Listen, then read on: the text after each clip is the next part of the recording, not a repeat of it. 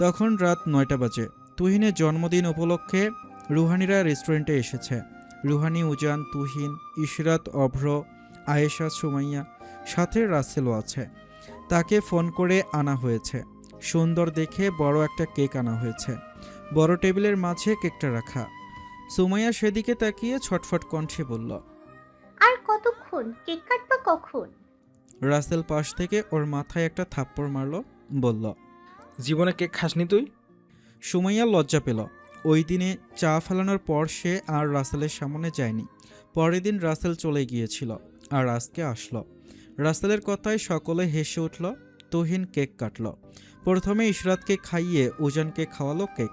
তারপর একে একে সবাইকে কেক খাওয়ালো। কেক খাওয়া শেষে সবাই খাবার খেতে শুরু করলো। রুহানি উজানের সাথে টুকটাক কথা বলছিল। উজান কর্নারে বসেছে। হঠাৎ পাশ দিয়ে একটা মেয়ে হেঁটে গেল। মেয়েটা যাওয়ার সময় হঠাৎ হোঁচট খেল, যার কারণে হাতে থাকা কোল্ড ড্রিঙ্কসটা উজানের কোলের ওপর পড়ল। উজান এক ঝটকায় দাঁড়িয়ে গেল। মেয়েটা চমকে বলে উঠল, সরি সরি, আমি আসলে আসলে হোঁচট খেয়ে হাত থেকে এটা ভুলে পড়ে গেছে।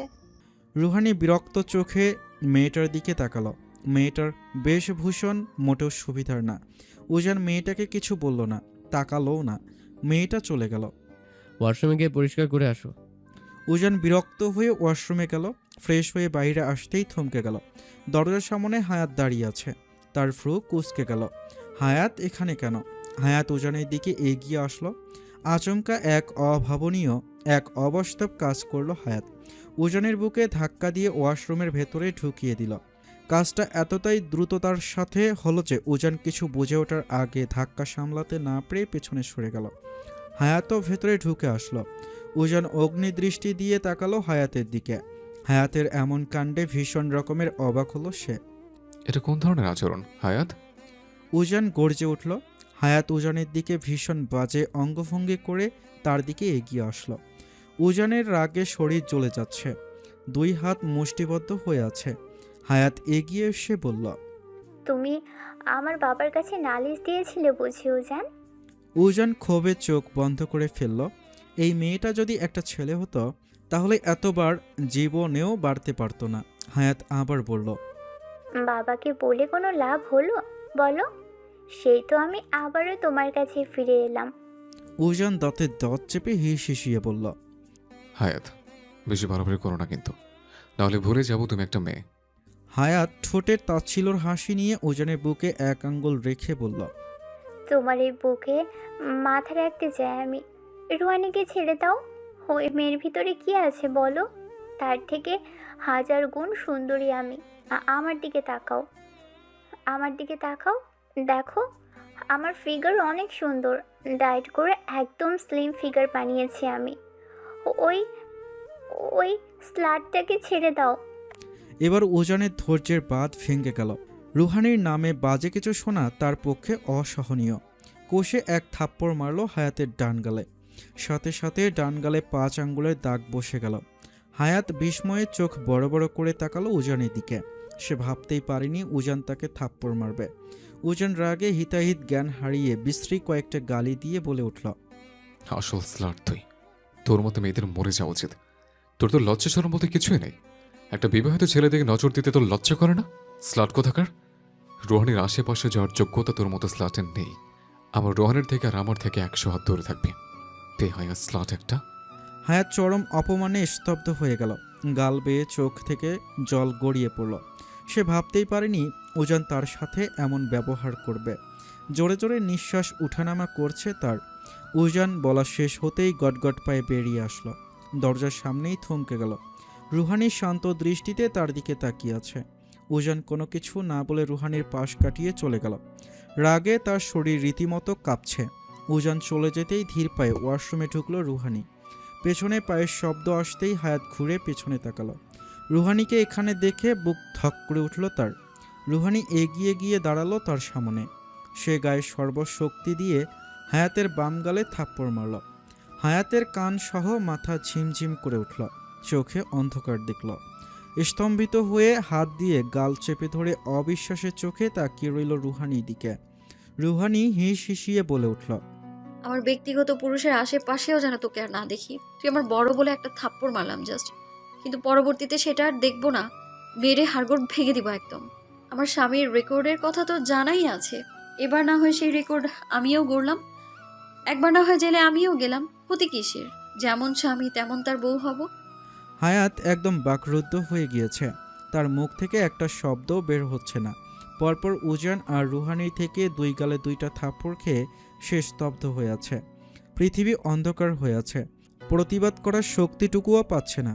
দরজার পাশে উকি দিয়ে দাঁড়িয়ে থাকা উজানের মাথার নিচে তুহিনের মাথা, তুহিনের মাথার নিচে রাসেলের মাথা, রাসেলের মাথার নিচে সুমাইয়ার মাথা, সুমাইয়ার মাথার নিচে ইশরাতের মাথা। সবাই আড়ালে দাঁড়িয়ে শুধু মাথাটা হালকা ভেতরে দিয়ে ভেতরের দৃশ্য দেখছে। রুহানির কথা শুনে রাসেল খিটখিট করে হেসে ফিসফিসিয়ে বলে উঠল, আরে উজান ভাই তো ভালোই ট্রেন করিয়েছে তার বউকে, এটাকেই না বলে যেমন জামাই তেমন তার বউ। তুহিন বলল, ভাইয়ের সাথে থাকতে থাকতে ভালোই উন্নত হয়েছে রোহানির। স্বামীর শিক্ষা ভালো করতে পেরেছে। স্বামীর শিক্ষা বড় শিক্ষা। সুমাইয়া বলল, এতদিন শুধু শুনে এসেছিলাম সঙ্গদোষে লোহা ভাসে, আর আজ নিজ হাতে নাতে তা প্রমাণ পেলাম। ইশরাত বলল, রুহানি তো একদম ফাটিয়ে দিয়েছে। দেখো দেখো, মিটার ফর্সা, দুইটা হাতে 5, 5, 10 আঙ্গুরের ছাপ। কিছুটা দূরে অভ্র আর আয়েশা দাঁড়িয়ে আছে।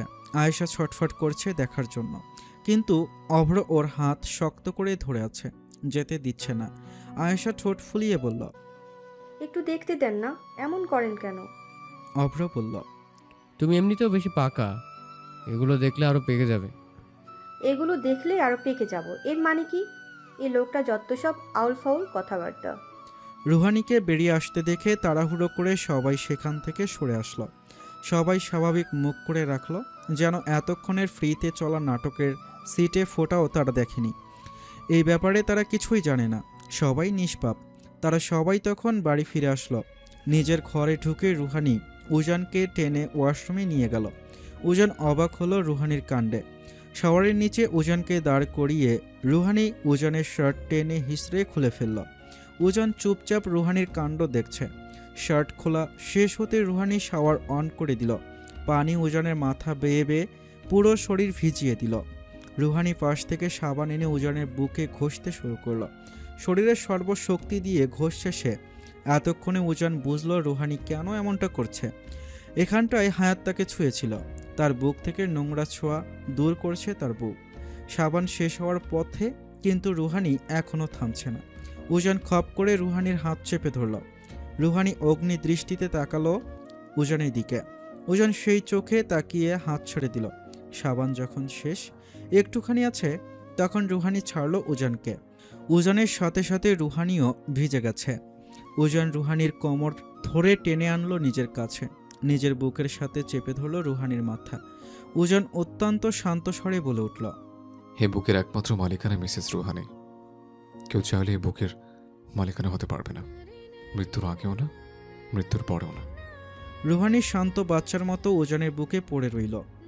পরের দিন বিকালে উজানে এক অভাবনীয় কাজ করল। ঘর ভরে ছোট মেয়ে বাচ্চাদের খেলনা নিয়ে আসলো। তার কাণ্ডে বাড়ির সবাই তৃপ্তির হাসল, ছেলেবাবু আর মেয়েবাবু নিয়ে। রুহানির সাথে অবশ্য এ নিয়ে কয়েকবার কথা কাটাকাটি হলো। রাতে রুহানি বায়না করলো ঘুরতে যাবে। উজান কার বের করলো। রুহানিকে এই অবস্থায় বাইকে করে নেওয়া অসম্ভব, তাই বাইক নিল না। কারে করে বের হলো দুইজন। অনেকক্ষণ ড্রাইভ করলো উজান। রুহানি বলল একটা সুন্দর দেখে গান প্লে করতে।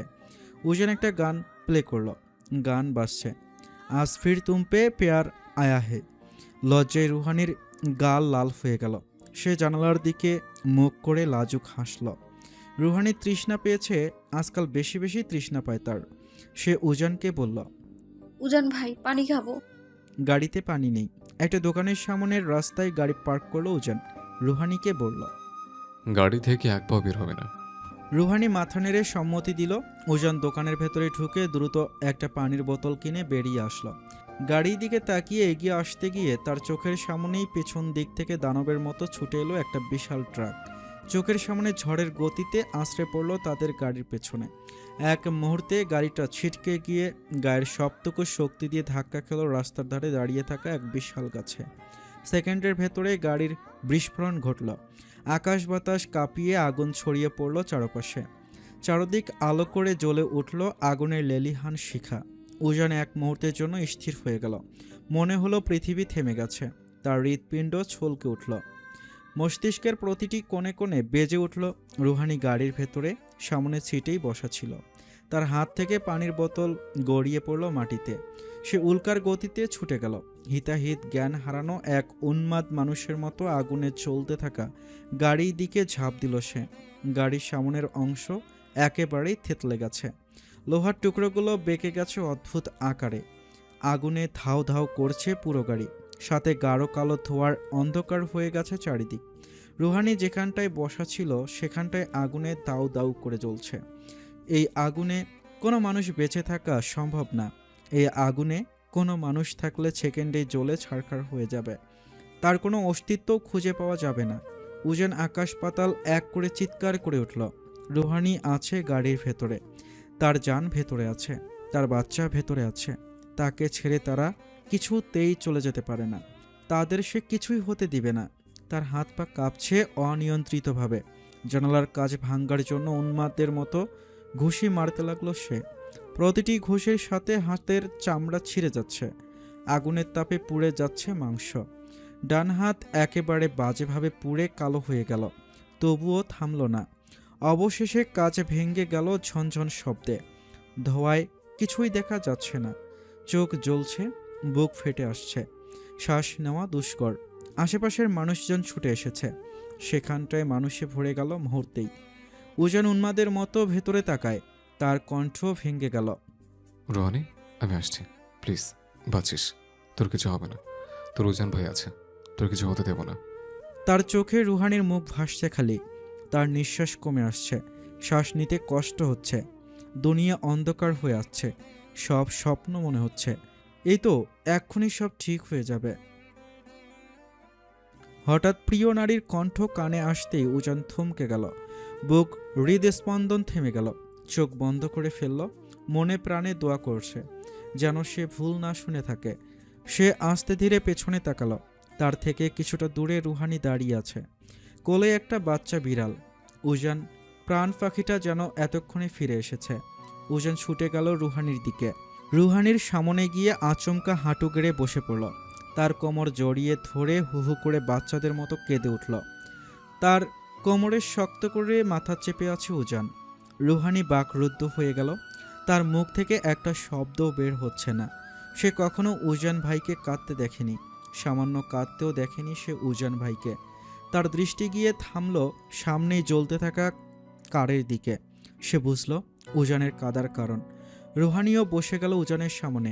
বিড়ালটাকে মাঝে রেখে সে দুই হাত দিয়ে উজানের গাল চেপে ধরল। রুহানিও কেঁদে উঠল। এভাবে কাঁদবেন না উজান ভাই, আমার কিছু হয়নি। এই তো আমি আপনার সামনে বসে আছি, দেখুন আপনার রুহানি আপনার সামনেই বসে আছে। উজান চোখ তুলে তাকালো রুহানির দিকে। উজানের চোখ টকটকে লাল হয়ে আছে। মুখ লাল হয়ে আছে। নিঃশ্বাস দ্রুত ওঠানামা করছে। মনে হচ্ছে শ্বাস নিতে কষ্ট হচ্ছে। উজানের চোখ বেয়ে গড়গড় করে জল পড়েই যাচ্ছে। থামার নাম নিচ্ছে না। উজান রুহানির দুই গাল চেপে ধরে সারা মুখে চুমু দিতে লাগলো। তার চোখের পানিতে রুহানির গাল ভিজে গেল। সে হারাতে হারাতেই পেয়েছে তার প্রাণ পাখিকে। রুহানির কিছু হয়ে গেলে সে বাঁচত না। সেও এই আগুনেই ঝাঁপ দিয়ে মরত। হঠাৎ শরীরের ভার ছেড়ে দিল উজান। নিস্তেজ হয়ে পড়ল সে। রুহানির গায়ের ওপরে ঢলে পড়ল। রুহানি চমকে উজানকে শক্ত করে ধরে বসল। উজান জ্ঞান হারিয়েছে বুঝতেই রুহানি আঁতকে উঠল।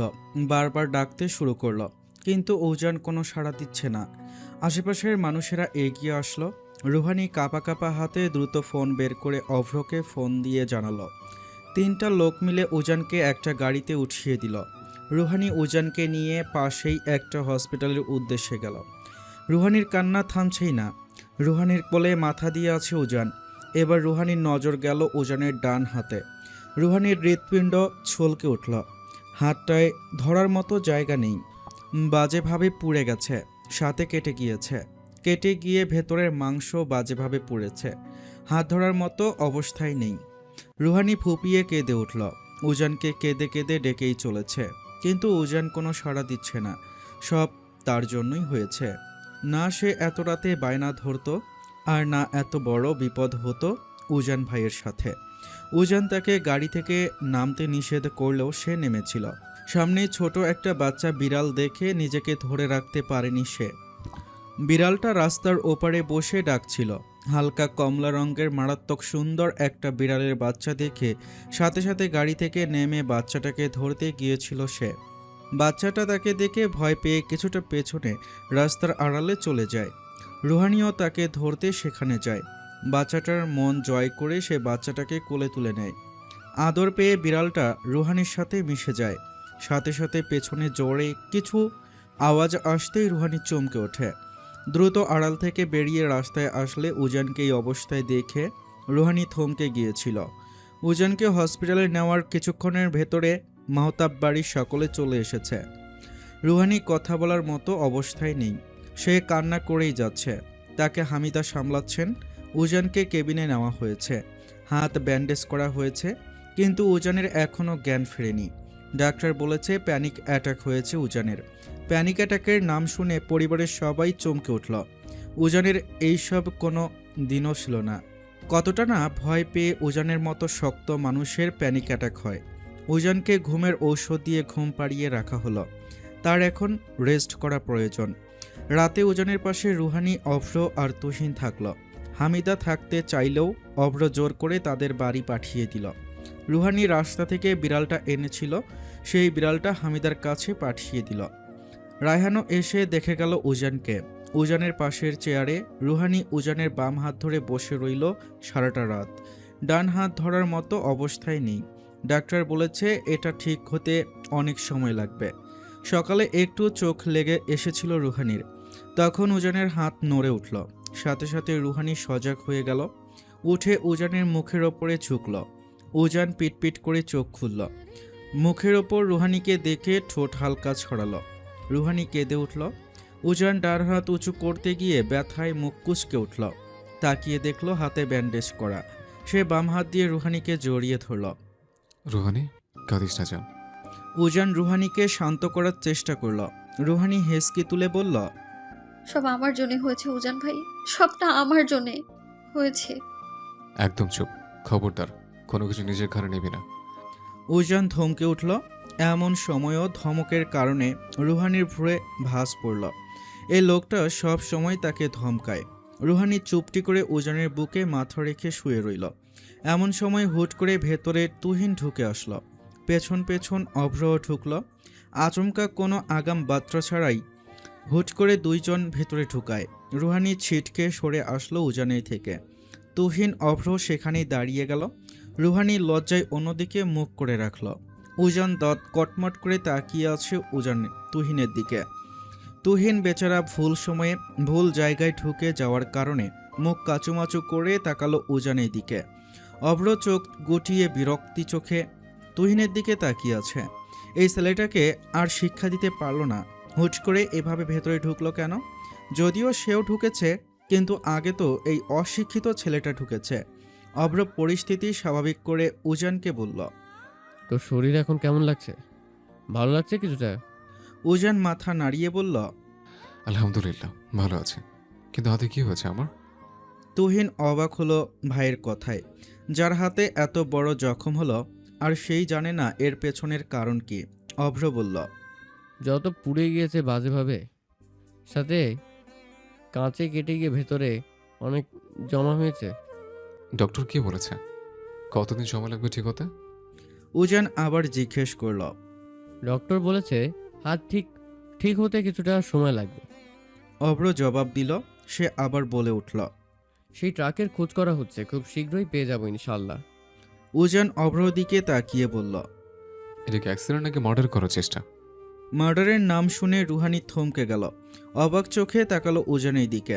মার্ডার করার চেষ্টা? কিন্তু কে এমনটা করবে? তাদের সাথে কাদের এত শত্রুতা যে তাদের মেরে ফেলার চেষ্টা করবে কেউ? উজানের প্রশ্নে অভ্র জবাব দিল, সেটা ট্রাক ড্রাইভারকে ধরতে পারলেই বেরিয়ে আসবে। অভ্র আর তুহিন আরও কিছুক্ষণ কথা বলে বেরিয়ে গেল। উজান রুহানির দিকে তাকিয়ে ডেকে উঠল, রোহানি বেগম, কাছে আসো। উজানের ডাক শুনে রুহানি ছুটে এসে উজানের বুকে আশ্রে পড়ল। উজান শক্ত করে জড়িয়ে ধরল রুহানিকে। উজানের বুক জোরে জোরে বিট করছে। রাতের সেই মুহূর্তের কথা মনে পড়ছে বারবার।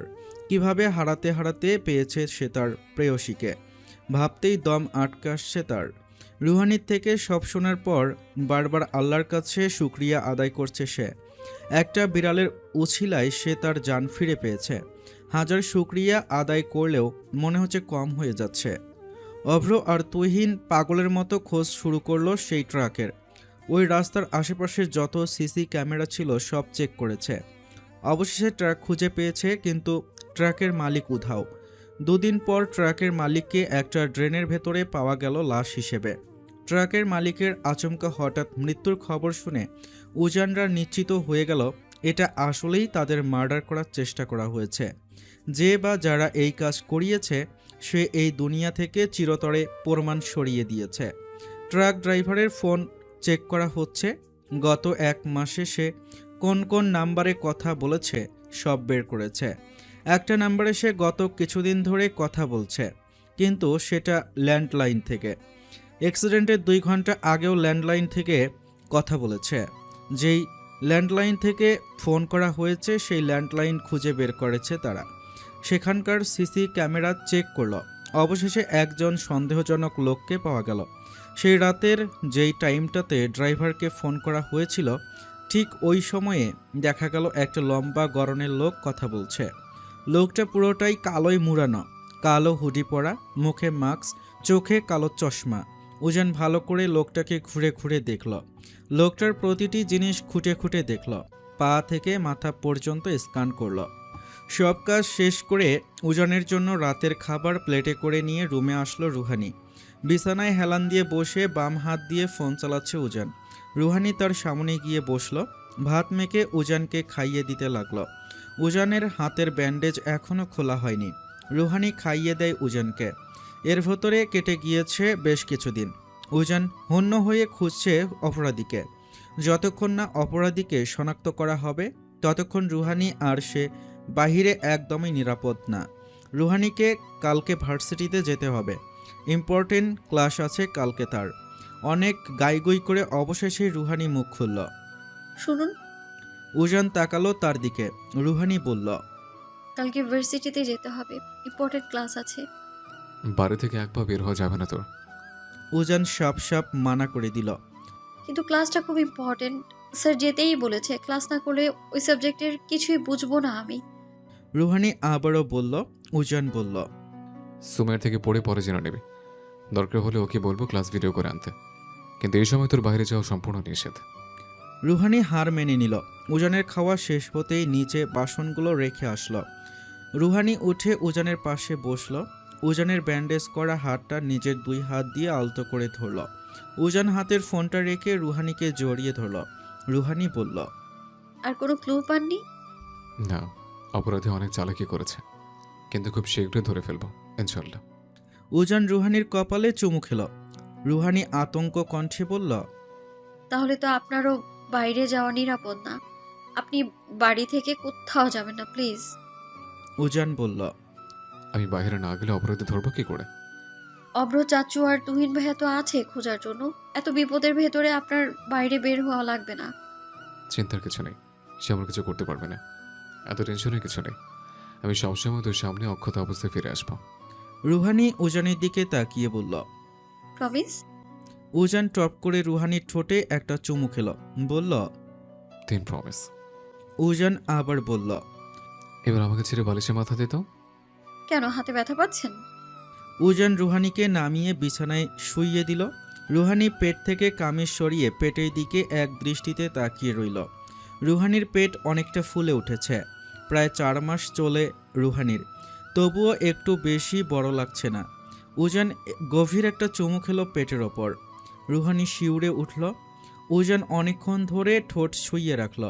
কিছুক্ষণ পর ঠোঁট সরিয়ে নিজের মেয়ের সাথে কথা বলতে শুরু করল। আজকাল থাকছো কোথায়? বাড়িতে তো সময় মতো পাওয়া যায় না তোমাকে। বিয়ে করতে চাচ্ছ না কেন? বয়স তো কম হয়নি, এখন বিয়ে করতে চাচ্ছ না কেন? সকালে নাস্তার টেবিলে রায়হানের উদ্দেশ্যে বলে উঠলেন রফিকুল সাহেব। হাতের রুটিটুকু মুখে দিয়ে রায়হান বলল, এখনো দেরি আছে বিয়ে করার। বিয়ের চিন্তা ভাবনা আপাতত করছিল না। তোমার কি মাথা খারাপ হয়ে গিয়েছে? বয়স কত হয়েছে সেই খবর রেখেছো? তোমার ছোট 2 ভাইয়ের বিয়ে হয়ে গিয়েছে, তোমার চাচার বিয়ে হয়ে গিয়েছে, আর তুমি এখনো বিয়ে করতে চাচ্ছ না, আর কাজ কামে হাত লাগাচ্ছ না কেন? আমাদের বিজনেসেও হাত লাগাচ্ছ না কেন? রফিকুল সাহেব কিছুটা রেগে গেলেন। রায়হান এবার রেগে গিয়ে বলে উঠল, ওরা বিয়ে করেছে বলে কি আমাকেও বিয়ে করতে হবে? ওদের কুরকুরানি বেশি, আমার এত কুরকুরানি নেই। বাপ চাচাদের সামনে রায়হানের এমন লাগামহীন কথায় সবাই থমকে গেল। উজান সিঁড়ি দিয়ে নামতে নামতে গম্ভীর কণ্ঠে বলে উঠল, আমরা বিয়ে করে পবিত্রতা রক্ষা করেছি। তোমার মতো রাত বেরোতে কোনো বিবাহিত নারীর ঘরে ঢুকে যায়নি। উজানের কথায় পুরো বাড়ি যেন বিস্ফোরণ ঘটল। সকলের চোখ বড় বড় হয়ে গেল। সবার মনে প্রশ্ন ঘুরতে শুরু করলো, কার ঘরে ঢুকেছে রায়হান? উজানের কথায় রুহানির বুক ধক করে উঠল। উজানের কথা শেষ হতেই রায়হান বাঁকা হাসল, মুখে তাচ্ছিলর হাসি ফুটিয়ে বলে উঠল, কেমন পবিত্রতা রক্ষা করছি সেটা গোটা বাংলাদেশ জানে। রাত বেরাতে নষ্টামি করতে গিয়ে ধরা খেয়ে বিয়ে দিয়ে গেছে, এটাকে পবিত্রতা রক্ষা করা বলে? রায়হান কথা শেষ করে হো হো করে হেসে উঠল। উজানের পা থেকে মাথা অবধি জ্বলে উঠল। সে দ্রুত কদমে রায়হানের সামনে এসে এক ঝটকায় রায়হানের কলার ধরে ঝাঁকিয়ে উঠালো। চেয়ারে বসা সবাই চমকে উঠে দাঁড়ালো। রফিকুল সাহেব বললেন, উজান, কি হচ্ছে এগুলো? উজান দাঁতের দাঁত চেপে রায়হানকে হিস হিসিয়ে বলে উঠল, তোর জওয়ান বেশি চলছে, চোরের মায়ের বড় গলা, তাই না? তোকে সেদিন ছেড়ে দিয়েছি, আমার চরম ভুল হয়েছিল। তোকে সেদিন মেরে ফেলা উচিত ছিল। আচমকা রায়হান উজানের মুখ বরাবর একটা ঘুষি দিল। হামিদা মুখে হাত দিয়ে চেঁচিয়ে উঠলেন, আল্লাহ, এই 2 ভাইয়ের ভেতরে একই শুরু হলো।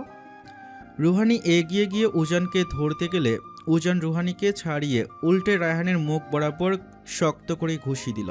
এবার 2 জনকে না ছাড়ালে মারামারি চরম আকারে পৌঁছাবে। রফিকুল সাহেব তুহিন গিয়ে 2 জনকে আলাদা করলেন। রফিকুল সাহেব উজানকে কষে একটা থাপ্পড় মারলেন। সবাই চমকে উঠল। রুহানি মুখে হাত চেপে ধরল। উজান অগ্নিদৃষ্টিতে তাকালো রফিকুল সাহেবের দিকে। রফিকুল সাহেব রাগে কাঁপতে কাঁপতে বললেন, এত অধঃপতন হয়েছে যে ভাইয়ের সাথে এমন দুর্ব্যবহার? তোমার সমস্যা কি উজান? 2 ভাইয়ের এত কিসের শত্রুতা? তোমাদের 2 জন কেন মিলেমিশে থাকতে পারো না? উজান হিস হিসিয়ে বলল, এই অমানুষের সাথে মিলেমিশে থাকবো আমি? তুমি একটা অমানুষ জন্ম দিয়েছো বাবা। হ্যাঁ, একদম ঠিক বলেছ তুমি। আসলে আমি একটা অমানুষ জন্ম দিয়েছি। তোমার মতো একটা অমানুষ জন্ম দিয়েছি আমি। রফিকুল সাহেব রাগে চেঁচিয়ে উঠলেন। রুহানি কেঁদে উঠল। উজানকে টেনে বলল, দোহাই লাগে, থামুন, এবার কি শুরু করলেন এগুলো? রুহানির টানাটানিতে উজান এক পাও নড়ল না। হামিদা সবাইকে থামানোর চেষ্টা করছে। আয়েশা, ইশরাত, সুমাইয়া এক কোণে জড়সড় হয়ে দাঁড়িয়ে আছে। সবার মুখে আতঙ্কের ছাপ। আফসানা, সুরাইয়াও আতঙ্ক মুখে দাঁড়িয়ে আছে। এর আগে কখনো এই মাহতাব বাড়িতে এত ঝগড়াঝাটি মারামারি লাগেনি। রায়হান ক্রুর হেসে উজানের দিকে তাকিয়ে আছে। উজান কিছু বলতে যাবে, রফিকুল সাহেব চেঁচিয়ে উঠলেন, বেরিয়ে যাও এক্ষুনি বাড়ি থেকে। তোমাকে যেন আমার চোখের সামনে আর না দেখি। তুহিন বলল, বাবা শান্ত হও। তুমি চুপ করো বেয়াদব ছেলে। রফিকুল সাহেব ধমকে উঠলেন, আবার বললেন, 2 ভাই মিলে আমার মান সম্মান সব শেষ করেছো।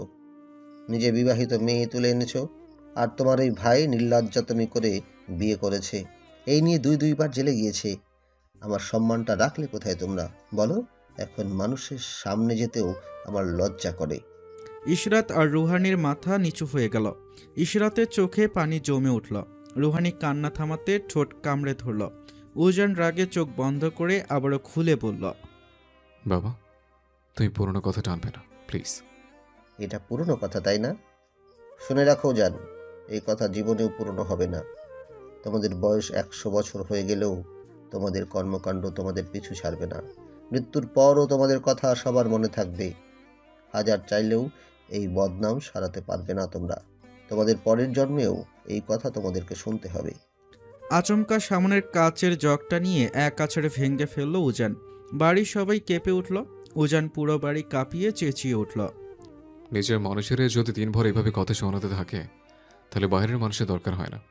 তোমরা যা খেল দেখাচ্ছ তাতে অন্যের খেল দেখা লাগে না পাপা। রুহানি উজানের হাত টেনে ধরে বলল। প্লিজ চলুন এখান থেকে, আর কথা বাড়াবেন না প্লিজ। উজান এক পাও নড়ল না সেখান থেকে। রফিকুল সাহেব আবার চেঁচিয়ে উঠলেন। বের হও এক্ষুনি বাড়ি থেকে। তোমার মতো অসভ্য ছেলেকে আমি আমার চোখের সামনে দেখতে চাই না। উজান রাগে নিঃশ্বাস জোরে জোরে নিচ্ছে, বুক ওঠানামা করছে দ্রুত। বাবার চোখের দিকে তাকিয়ে থেকে রুহানি থেকে হাত ছাড়িয়ে গটগট পায়ে বাড়ি থেকে বেরিয়ে গেল। রুহানি উজানের পেছনে পেছনে দৌড়ে বের হলো। উজানকে আটকানোর চেষ্টা করলেও পারল না। উজান বেরিয়ে যেতেই তুহিন অভ্রকে ফোন করে সবটা জানালো। এতক্ষণ অভ্র বাড়িতে উপস্থিত থাকলে জল এত দূর গড়াতো না। সকাল গড়িয়ে দুপুর, দুপুর গড়িয়ে বিকাল হয়ে গেল, কিন্তু উজানের কোনো খোঁজ পাওয়া গেল না। ক্রমাগত উজানের নাম্বারে সবাই ফোন দিয়েই চলেছে, কিন্তু উজানের ফোন বন্ধ দেখাচ্ছে। তুহিন, অভ্র, রাসেল সবাই খুঁজে চলছে উজানকে, কিন্তু উজানকে কেউ খুঁজে পাচ্ছে না। যে নিজে থেকে লুকিয়ে থাকে তাকে কি সহজে খুঁজে পাওয়া যায়? এদিকে রুহানি চিন্তায় শেষ হয়ে যাচ্ছে। তাদের অজ্ঞাত শত্রু রয়েছে। তারা যদি উজান ভাইয়ের কিছু করে ফেলে, যদি উজান ভাইয়ের কিছু হয়ে যায়। আবার সকালে না খেয়ে বেরিয়েছিল উজান। উজান হাত দিয়ে খেতে পারে না, রুহানি খাইয়ে দেয়। এতক্ষণ কি কিছু খেয়েছে উজান ভাই? টেনশনে মাথায় ঘুরতে শুরু করলো রুহানির। রাত হয়ে গেল, কিন্তু উজান বাড়ি ফিরল না। রুহানির সারা রাত ঘুম হলো না। সে সারাটা রাত জেগে থাকলো। ফোনের পর ফোন দিয়ে গেল, কিন্তু উজানের ফোন বন্ধ। রাত ৩টার সময় জায়নামাজে বসে ২ রাকাত তাহাজ্জুদ নামাজ পড়ে কান্নায় ভেঙে পড়ল রুহানি। হাঁপিয়ে উঠলে সে জায়নামাজেই শুয়ে পড়ল। প্রচুর ঘামতে শুরু করলো রুহানি। ঘন ঘন নিঃশ্বাস ফেলছে। কতক্ষণ শুয়ে রইল। রাত ৪টার দিকে ফোনে মেসেজের আওয়াজে চমকে উঠল। দ্রুত ফোন হাতে নিয়ে মেসেজ চেক করল। অপরিচিত আইডি থেকে মেসেজ এসেছে। মেসেজে ঢুকতেই তার দুনিয়া দুলে উঠল। চোখে অন্ধকার দেখতে শুরু করলো। নিঃশ্বাস বন্ধ হয়ে গেল। মনে হলো সে কোনো স্বপ্নের রাজ্যে বাস করছে। ফোনটা বুকের সাথে শক্ত করে চেপে ধরল। এটা সত্যি না হোক। তার হাত পা অনিয়ন্ত্রিতভাবে কাঁপতে শুরু করলো। দাঁতে দাঁত বাড়ি খাচ্ছে। গভীর নীরবতার বুক চিরে হঠাৎ ভেসে উঠল আজানের সুর। প্রথমে দূরের কোনো মসজিদ থেকে শোনা গেল মধুর ধ্বনি। তারপর একে একে আশেপাশের প্রতিটি মসজিদ থেকে প্রতিধ্বনিত তুলল। মুহূর্তেই চারপাশ আজানের মিষ্টি সুরে ভরে উঠল। রুহানি আস্তে ধীরে উঠে বসল। মাথা ঝিমঝিম করছে, মাথা ঘুরে উঠল। কিছুক্ষণ অভাবেই বসে থাকল। আজান শেষ হয়ে গিয়েছে। মাথা ব্যথা করছে প্রচুর। পেটে হালকা হালকা ব্যথা করছে। জায়নামাজের মাথায় বিড়ালটা গোল হয়ে শুয়ে আছে। রুহানি তার নাম রেখেছে ফুলি।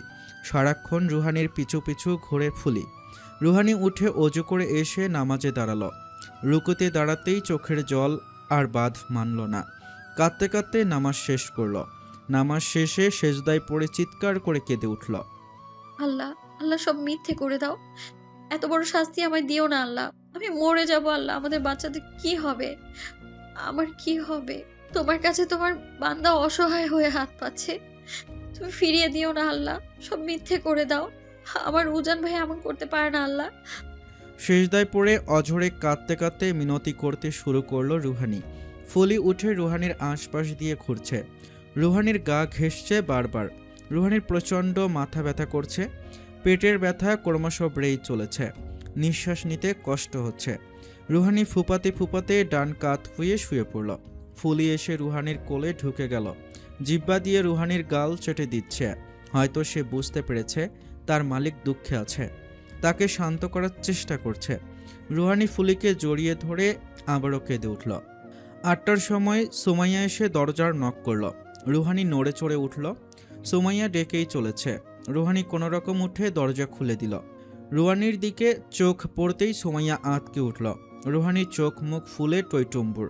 চোখ মুখ লাল হয়ে গেছে। চোখের সাদা অংশটুকু প্রচণ্ড লাল। আতঙ্কিত স্বরে সুমাইয়া বলে উঠল, এ কি অবস্থা রুহানি? কান্না করেছিস সারা রাত ভরে? আরে ভাইয়া চলে আসবে। ছোট চাচা গেছে ভাইকে আনতে। দুপুরের ভেতর চলে আসবে। রুহানি সুমাইয়ার কোনো কথার জবাব দিল না। সে একটা পুতুলের মতো দাঁড়িয়ে আছে। কোনো নড়াচড়া নেই তার ভেতরে। হতাশায় ভরা দীর্ঘ নিঃশ্বাস ফেলে সুমাইয়া আবার বলল, বড় মা খেতে ডাকছে তোকে। যান্ত্রিক স্বরে রুহানি শুধু বলল, আমি খাবো না। কথা শেষ করেই ঠাস করে সোমাইয়ার মুখের ওপরে দরজা বন্ধ করে দিল সে। দরজার ওপাশে হতভম্ব সোমাইয়া দাঁড়িয়ে রইল এক আহাম্মকের মতো। সোমাইয়া নিচে গিয়ে হামিদাকে বলতেই হামিদা নিজে উঠে আসলেন উপরে। অনেকক্ষণ ধরে দরজা খুলতে বললেও রুহানি খুলল না। হামিদাও আর কিছু বললেন না, নিচে চলে গেলেন। সেও ছেলের চিন্তায় রাতে ঘুমাতে পারেনি। অভ্র যাওয়ার সময় বলে গিয়েছে উজানের খবর পেয়েছে সে। উজানকে আনতেই সকাল সকাল বেরিয়ে গিয়েছে অভ্র। দুপুর 1টার নাগাদ উজানকে নিয়ে ফিরে এলো অভ্র। গতকাল বাড়ি থেকে বেরিয়ে গিয়ে নাহিদের বাসাতে উঠেছিল উজান। গতকালই অভ্র নাহিদকে ফোন করে উজানের খোঁজ খবর নিয়েছিল, কিন্তু তখন নাহিদ সব অস্বীকার করেছিল উজানের কথাতেই। অথচ আজ সকালে হঠাৎ করেই সে অভ্রকে ফোন দিয়ে জানালো উজান আসলে তাদের বাসাতেই আছে। উজান মায়ের সাথে কথা বলে ওপরে উঠে এলো। ঘরের দরজায় টোকা দিতেই রুহানির সর্বাঙ্গ কেঁপে উঠল। উজান আবারও টোকা দিল। রুহানি শোয়া থেকে উঠে দরজা খুলে সাথে সাথে পেছনে ঘুরে হেঁটে সামনে এগোলো। রুহানির কাণ্ডে উজান অবাক হলো। এতক্ষণে তো রুহানি তার বুকে আঁচড়ে পড়ে কান্না করার কথা ছিল, কিন্তু রুহানি সরে গেল কেন? তার সাথে কথা বলল না কেন? উজান অবাক হয়ে ডেকে উঠল, রুহানি। রুহানি শুকনো ঢোক গিলল। চোখ থেকে অনবরত জল পড়ছে। উজান আবার ডাকল, রুহানি। রুহানি মনকে শান্ত করে পিছনে ফিরল। রুহানিকে দেখেই উজান চমকে উঠল। দ্রুত এগিয়ে এসে রুহানিকে জড়িয়ে ধরল। আর করবো না এমন, তখন রেখেছিলাম, মাথা ঠিক ছিল না, তাই এইভাবে বের হয়ে গিয়েছে। সরি জান, আর এমন করবো না। রুহানি শক্ত করে উজানকে ছাড়িয়ে তার থেকে সরে দাঁড়ালো। উজান অবাক হলো রুহানির কাজে। রুহানি কঠিন চোখে উজানের দিকে তাকিয়ে আছে। তার চোখ লাল টকটকে, চোখ দিয়ে জল পড়ছে। রুহানি। উজান অস্পষ্ট কণ্ঠে ডেকে উঠল। রুহানির বুক দ্রুত ওঠানামা করছে। সে কঠিন স্বরে জিজ্ঞেস করল, কেন করলেন এমনটা আমার সাথে? উজান এগিয়ে এসে ধরতে গেলে রুহানি সরে দাঁড়ালো। কঠিন কণ্ঠে বলে উঠল, খবরদার আমায় ধরবেন না। উজান অবাক হতেও যেন ভুলে গেল। বিস্ময় চোখে তাকিয়ে রইল রুহানির দিকে। এর আগে সে অনেক ভুল করেছে, কিন্তু কখনো তো রুহানি তার সাথে এভাবে কথা বলেনি। এবারের ভুলটা কি আসলেই অনেক বড় ছিল? সে কি বেশি কষ্ট দিয়ে ফেলেছে রুহানিকে? সরি, আর হবে না এমনটা, আর কখনো এইভাবে কোথায় বেরিয়ে যাব না। উজান এক পা এগিয়ে এসে বলল। রুহানি এক পা পিছিয়ে গিয়ে একই সুরে আবারও বলল, কেন করলেন এমনটা আমার সাথে? বলেছি তো, রেগে গিয়েছিলাম আমি অনেক। তুই তো আমার রাগ সম্পর্কে জানিস রুহানি। উজান সাফাই দিল। রুহানি আবারও একই সুরে একই কথা বলল, কেন করলেন এমনটা আমার সাথে উজান ভাই? উজান এবার গভীর চোখে তাকালো রুহানির দিকে। রুহানির চোখে সে অন্য কিছু দেখতে পেল। এটা কি রাগ, নাকি অভিমান, নাকি অভিযোগ? সে বুঝতে পারছে না। রুহানি কি অন্য কোনো ব্যাপারে কথা বলছে? সে কি করেছে? উজান এবার গভীর কণ্ঠে জিজ্ঞেস করল, কি করেছে আমি? রুহানির শ্বাস নিতে কষ্ট হচ্ছে। সে জোরে জোরে নিঃশ্বাস নিচ্ছে। পেটে ব্যথা এখনো যায়নি, চিনচিন ব্যথা করেই যাচ্ছে। তার ওপর সকাল থেকে এখনো কিছু খায়নি সে। রুহানি কাঁপা কাঁপা কণ্ঠে আবারও বলল, কেন ধোকা দিলেন আমায় উজান ভাই? মুহূর্তে উজান থমকে গেল। কি বলছে এগুলো রুহানি? অস্পষ্ট কণ্ঠে বলে উঠল, আমি ধোকা দিয়েছি? কি করেছে আমি? রুহানি এক দৃষ্টিতে তাকিয়ে রইল উজানের দিকে। উজান আর সহ্য করতে পারল না। সে কিছুটা জোরে বলে উঠল, কি হয়েছে রুহানি? এমন করছিস কেন তুই? আমি কি করেছি? আমি কোনো ভুল করে থাকলে আমাকে বল, তবে এমন করিস না। রুহানি বলল, কোথায় ছিলেন রাতে? নাহিদের বাসায়। উজান সাথে সাথে জবাব দিল, মিথ্যা মিথ্যা মিথ্যা, আবারও মিথ্যা বলছেন আপনি। আপনি কাল নাহিদ ভাইয়ের সাথে ছিলেন না? উজানের ভ্রু কুঁচকে গেল। তাহলে কোথায় ছিলাম আমি? রুহানি, তুই কি বলছিস? আমি আসলে বুঝতে পারছি না। রুহানি তাচ্ছিল্যর হাসল।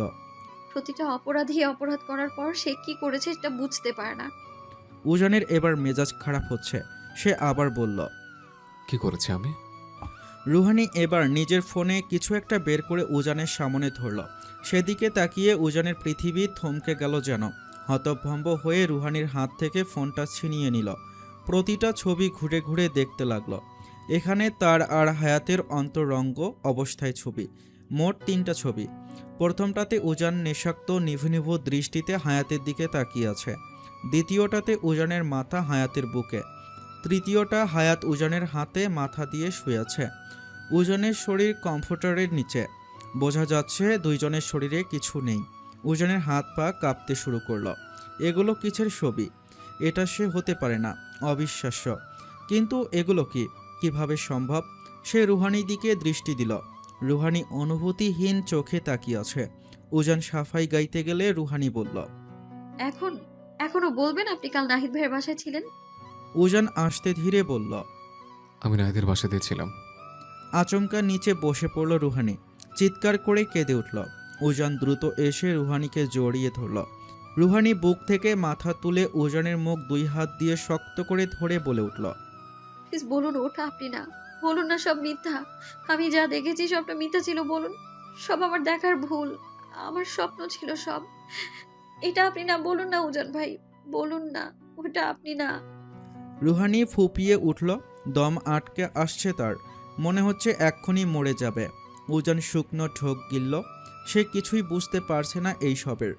রুহানির মাথা শক্ত করে বুকের সাথে চেপে ধরে অসহায় কণ্ঠে বলল, ওইটা আমি না জান। তুই জানিস না তোর উজান ভাই কেমন? তোকে ছাড়া আমি অন্য কোনো মেয়ের দিকে চোখ তুলেও তাকাই না। তাহলে ওই ছবিগুলো কিসের? এখানে স্পষ্ট আপনাকে দেখতে পেয়েছি আমি। মিথ্যে বলছেন আপনি। আপনি আপনি ওই হায়াতের বুকে মাথা দিয়েছিলেন উজান ভাই। শেষের কথাটা বলে রুহানি গা দুলিয়ে কেঁদে উঠল। রুহানি উজানের বুকে মুসরামুসরি করতে শুরু করলো। হঠাৎ উজান বলল, এইগুলো এডিট।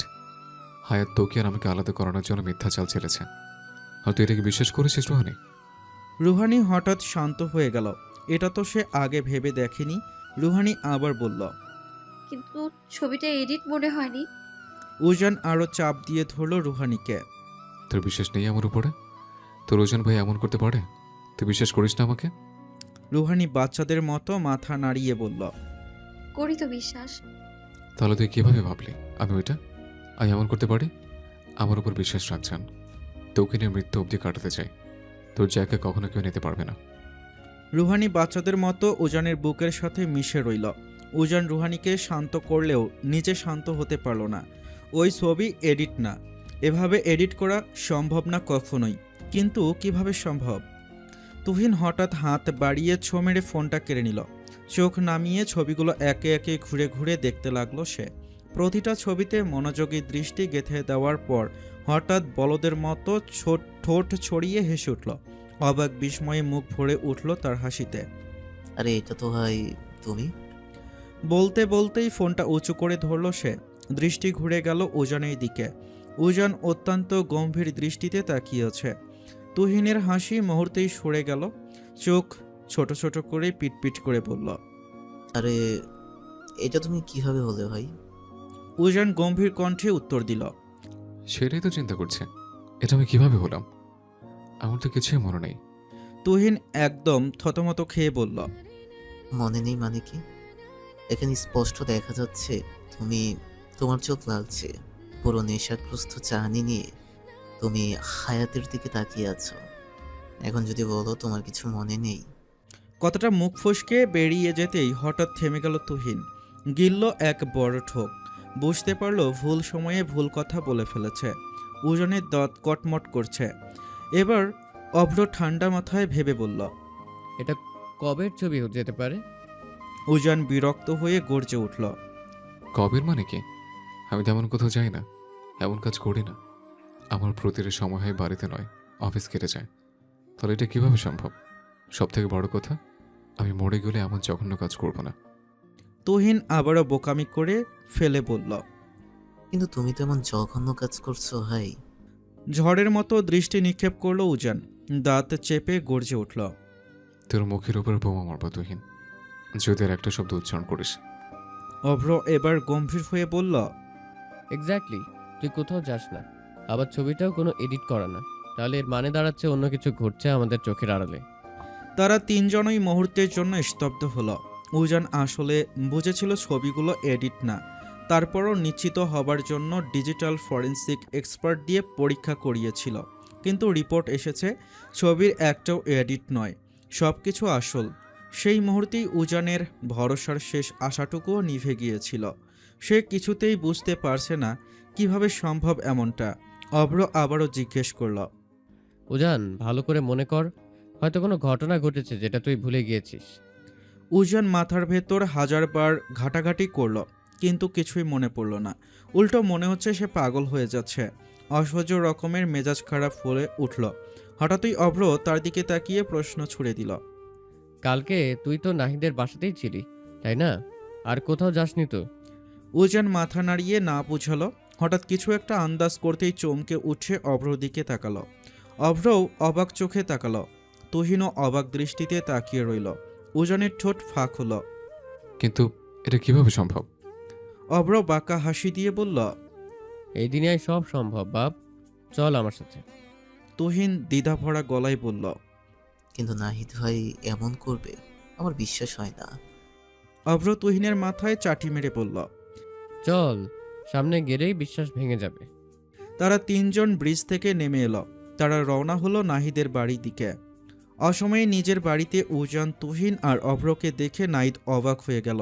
তবু স্বাভাবিকতা দেখিয়ে তিনজনকে ভেতরে ঢুকতে দিল। তিনজন সোফায় বসলো। উজান পা তুলে পায়ের ওপর পা রেখে বসেছে। তীক্ষ্ণ দৃষ্টিতে নাহিদের দিকে তাকিয়ে আছে।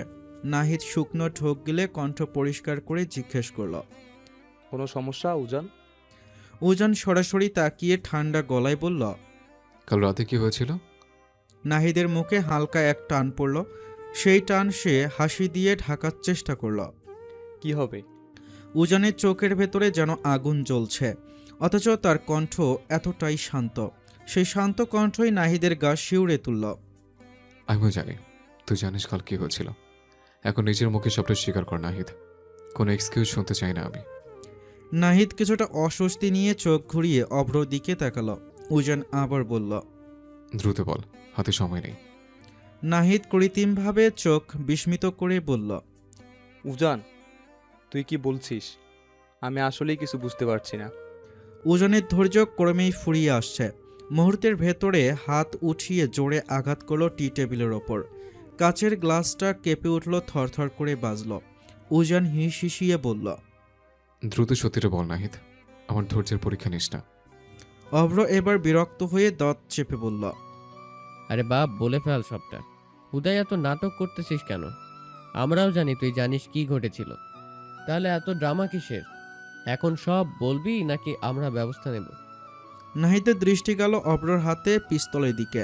নাহিদের রুহু অবধি কেঁপে উঠল।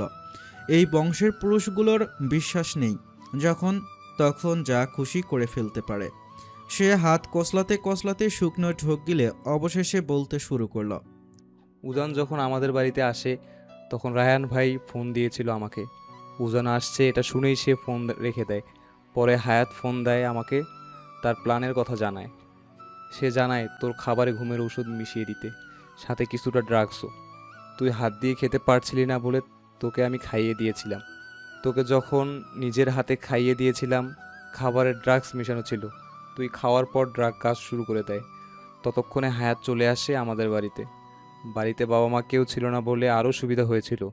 তুই ঘরে গেলে হায়াত তোর ঘরে ঢোকে, তখন সুযোগ বুঝে এই ছবিগুলো তোলে। ঘুমের ঔষধের কারণে তুই কিছুই টের পাসনি। এর বেশি আর কিছু হয়নি। ছবি তোলার পর হায়াত বেরিয়ে যায়। এই পুরোটার সময় উজান স্থির হয়ে শুনছিল, একটা পাথরের মূর্তি নেয়। তার প্রিয় বন্ধু, যার ওপর সে জীবনভর ভরসা করেছে, সেই তাকে এইভাবে মাটিতে মিশিয়ে দিল। উজান থেমে থেমে ফাঁকা গলায় বলল, এতে তো লাভ হলো কি নাহিদ? তুই তো আমার সব থেকে কাছের বন্ধু ছিলে, তুই কেন করলি আমার সাথে এমনটা? নিজের হাতে বিষ খাওয়ালে আমাকে। নাহিদের চোখে এবার কুৎসিত রাগ ভেসে উঠল। দাঁত চেপে গর্জে উঠল, মানি না আমি তোকে আমার বন্ধু হিসেবে। সারা জীবন তোকে আমি সহ্য করতে পারিনি। সব কিছুতে তুই এগিয়ে থাকতি, পড়াশোনা, খেলাধুলা, মানুষজনের ভালোবাসা, সব কিছুতে। তোকে মেরে ফেলতে ইচ্ছে করতো। তোর সুখ আমি সহ্য করতে পারিনি কোনোদিন। নাহিদের কথা শেষ হতে না হতেই উজানের চোখ বন্ধ হয়ে গেল। বুকের ভেতর অসহনীয় যন্ত্রণা আর প্রতারণার শুল গেঁথে গেল। যে মানুষটাকে সে নিজের ভাইয়ের মতো ভালোবেসেছে, বিশ্বাস করেছে, সেই মানুষটা আজ তার পায়ের নিচের মাটি টেনে নিয়েছে। হঠাৎ করেই যেন সব বাধা ভেঙে গেল। উজান উঠে দাঁড়িয়ে গায়ের সমস্ত শক্তি দিয়ে নাহিদকে লাথি মারল। নাহিদ সোফা সহ পেছনে ছিটকে পড়ল। উজান তেড়ে গিয়ে পরপর কয়েকটা লাথি মারল নাহিদকে। চিৎকার করে উঠল। তোর মতো জানোয়ারের মরে যাওয়া উচিত। তুই বন্ধুত্বের নামে কলঙ্ক নাহিদ। তুই তুই আমার সামনে আর আসবে না। তোকে যদি আমি আবার আমার সামনে দেখি, সেখানে খুন করে আসবো। শেষ কথাটা বলে উজান আরেকটা লাথি মারল। তারপর হাঁপাতে হাঁপাতে সেখান থেকে বেরিয়ে এলো। বাইরে এসে রাস্তায় দাঁড়াতেই ঠান্ডা হাওয়া তার মুখে এসে লাগলো। সেই হাওয়া তার বুকের আগুনকে একটুও শান্ত করতে পারল না। জীবনে প্রথমবার উজান বুঝল, প্রিয় মানুষের ধোঁকা যে কোনো বিষয়ের চেয়ে গভীর আর যন্ত্রণাদায়ক। নিজের বাড়িতে এসে অস্থির পায়ে ঘরে ঢুকলো উজান। রুহানি বিছানায় হেলান দিয়ে শুয়ে আছে, হাতে একটা উপন্যাসের বই। রুহানিকে দেখে উজানের বুক ভারী হয়ে আসলো। মনে হলো সে রুহানিকে ধোঁকা দিচ্ছে। তার মিথ্যা বলা একদমই উচিত হয়নি। তার কেমন অস্থির লাগছে। সে দ্রুত পায়ে এগিয়ে গিয়ে রুহানিকে জড়িয়ে ধরল। উজানের কাণ্ডে রুহানি হকচকিয়ে উঠল। সেও 2 হাত বাড়িয়ে উজানকে জড়িয়ে ধরল। রুহানি ডেকে উঠল, উজান ভাই, শরীর খারাপ লাগছে? রোহানি, আমাকে মাফ করে দিস। উজানের কণ্ঠ কেঁপে উঠল। উজানের কথায় রুহানি থমকে গেল। সে এমন কিছু শুনতে চায় না যেটা সে শুনতে পারবে না। সে উজানের মুখ 2 হাত দিয়ে ধরে তার বুক থেকে উঠালো।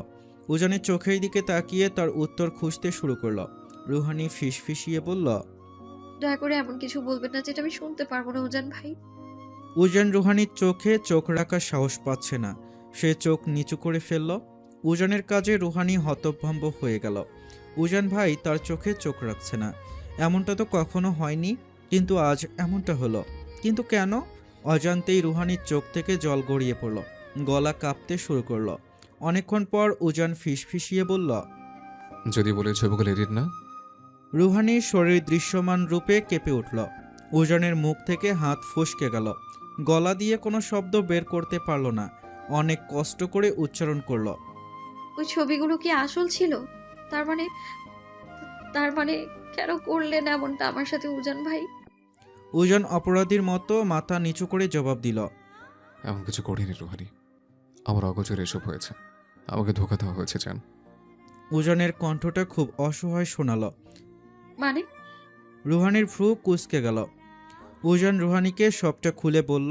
সবটা শুনে রুহানির মনে হলো সে কোনো দুঃস্বপ্নের রাজ্যে চলে এসেছে।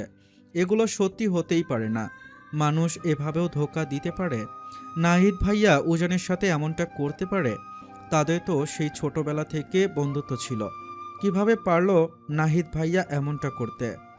একবারও বুক কাঁপলো না তার? নিজের হাতেই বিষ খাওয়াতে পারল? রুহানি হঠাৎ উজানের কাছে আবদার করল, উজান ভাই, আমার একটা আবদার পূরণ করতে পারবেন? আপনি তো আমার জন্য সব করতে পারেন, এবার না হয় আরেকটা আবদার পূরণ করে দিন। উজান জিজ্ঞেস করল, কি? রুহানি একদৃষ্টিতে তাকিয়ে রইল উজানের দিকে। ক্লাব ঘরে বসে অব্র কাজ করছিল। ঠিক তখন উজান কোনো আগাম বার্তা ছাড়া ওখানে হাজির হলো। সোজা অব্রর সামনে গিয়ে দাঁড়িয়ে বলে উঠল, আমার হায়াতকে লাগবে। আচানক উজানের এমন কথায় অব্র চমকে উঠল। মুখ ফসকে বেরিয়ে এলো। তাহলে রুহানির কি হবে? অভ্রর কথায় বেশ বিরক্ত হলো উজান। কপালে 4টে ভাঁজ পড়ল তার। সামনের চেয়ার টেনে তাতে আরাম করে বসে বলল, তোমার মাথার দাঁড় ছিঁড়ে গেছে যাচ্ছ। অভ্র বলল, মাথায় তার তো মনে হয় 2-1টা তোরও চিড়েছে। কি বলেছিস বুঝতে পেরেছিস তুই? মানলাম আমার না হয় বলতে ভুল হয়েছে, তাই বলে তুমিও শুনতে ভুল করবে? অভ্র চোখ মুখ কুঁচকে বলল, কথা পেঁচাইস না বাপ, এবার ক তোর কি লাগবে? বললাম তো হায়াতকে লাগবে। উজান আবারও একই কথা বলল। অভ্র এবার আসলেই বিরক্ত হলো। কোনো কথা না বলে বেপরোয়া ভঙ্গিতে বসে থাকা উজানের দিকে তাকিয়ে রইল। উজানও তাকিয়ে রইল অভ্র দিকে।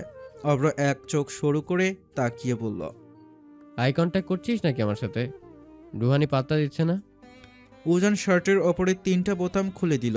ওপরে তাকিয়ে এদিক ওদিক তাকাতে তাকাতে বলল, গরম লাগে, এসি ছাড়ো, ফ্যান বন্ধ করো। অভ্র ফ্যান বন্ধ করে এসি চালিয়ে দিল। অভ্র আবারও জিজ্ঞেস করল, কাহিনী কি? উজান শার্টের কলার পেছনে ঠেলে দিয়ে বলল, বউয়ের আবদার।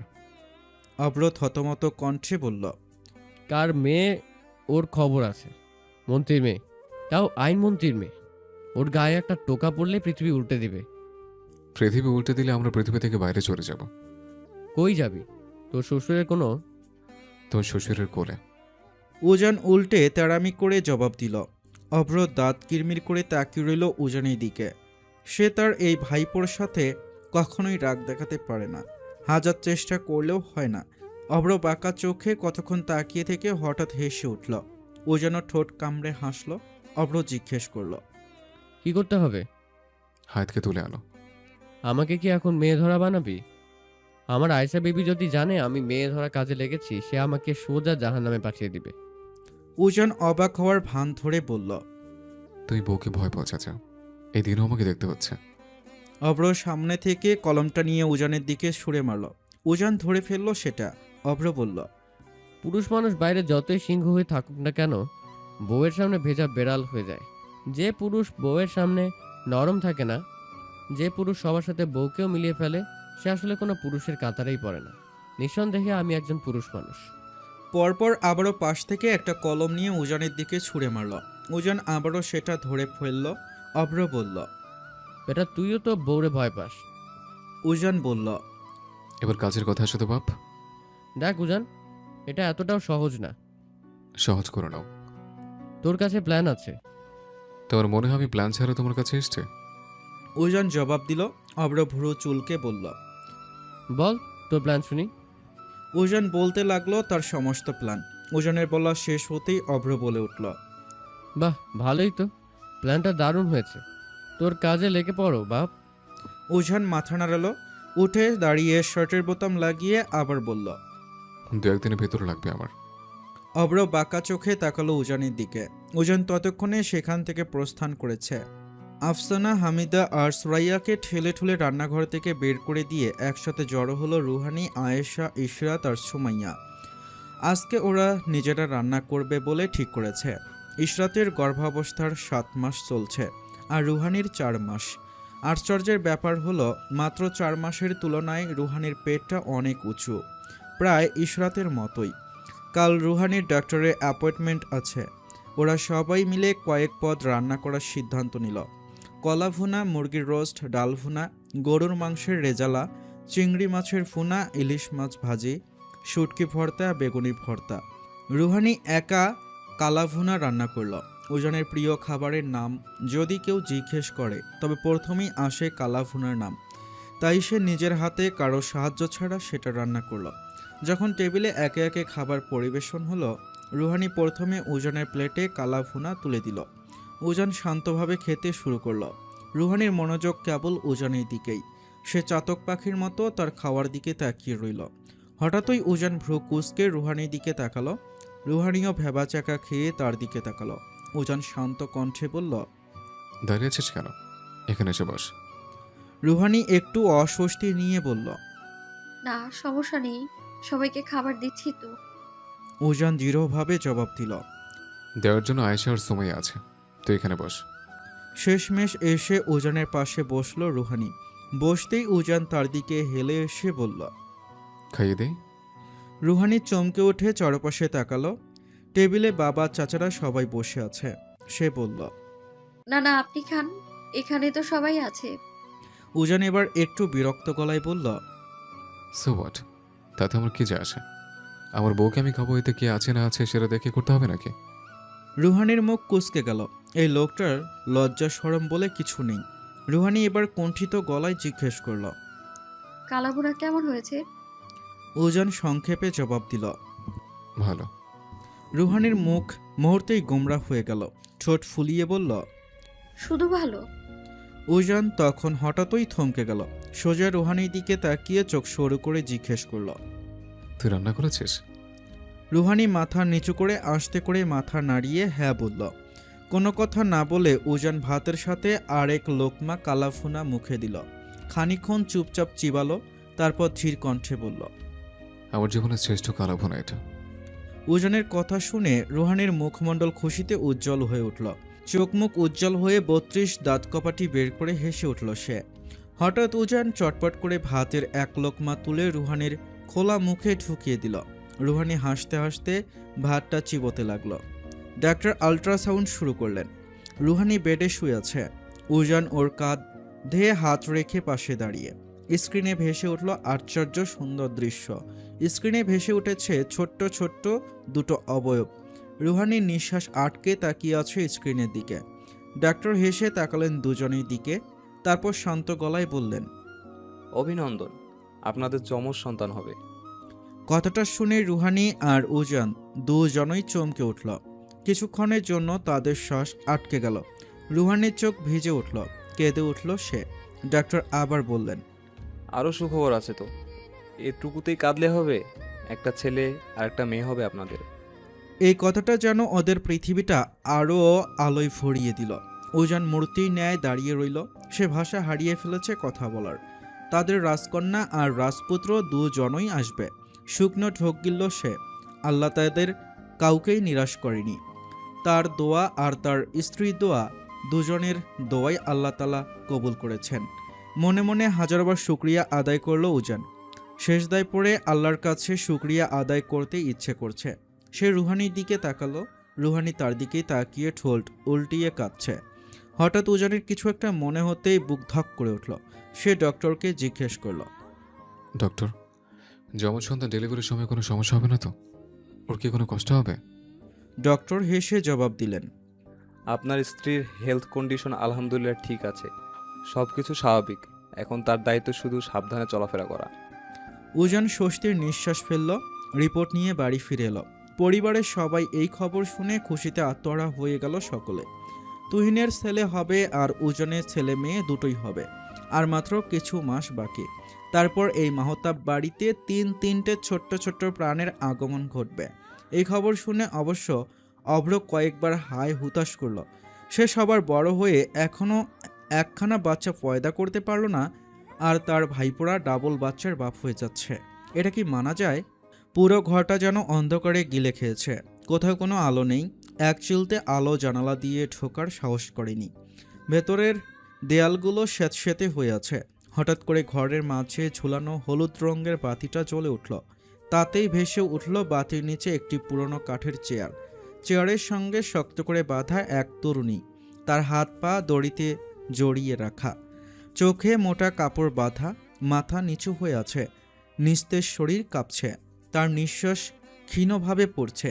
সে ঘরে তখন আগমন হলো দুটো অবয়বের, একটা নারীর আর একটা পুরুষের। বাইরে হঠাৎ ঝড়ো হাওয়া বইতে শুরু করলো। জানালার ফাঁক দিয়ে হু হু শব্দ করে বাতাস ঢুকছে। জানালার কাছ কাঁপছে, মনে হচ্ছে ভেঙে পড়বে যে কোনো মুহূর্তে। দূরে বজ্রপাতের গর্জন শোনা যাচ্ছে, আর সেই সঙ্গে আকাশকে চিরে ফেলছে বিদ্যুতের ঝলকানি। রুহানি এগিয়ে এসে হায়াতের চোখ থেকে কাপড়টা খুলে ফেলল। হায়াত নিভু নিভু চোখে তাকালো রুহানির দিকে। হয়তো এখানে রুহানিকে দেখে অবাক হলো সে। উজান এগিয়ে এসে রুহানির পাশাপাশি দাঁড়ালো। হাতের বন্দুকটা রুহানির দিকে বাড়িয়ে দিয়ে বলল, ওই বুক গুলি করে ঝাঁচড়া করে দে রুহানি। ওই বুকে তো স্বামীর মাথা ছিল। রুহানি বন্দুকটা হাতে নিল। কিছুক্ষণ বন্দুকের দিকে এক দৃষ্টিতে তাকিয়ে রইল। আচমকা উজানের দিকে ফিরে সেটা উজানের কপালে ঠেকালো। অত্যন্ত শীতল কণ্ঠে বলে উঠল, সাথে আপনার মাথার খুলি উড়িয়ে দিই। আপনার মাথা ওই বুকে ছিল।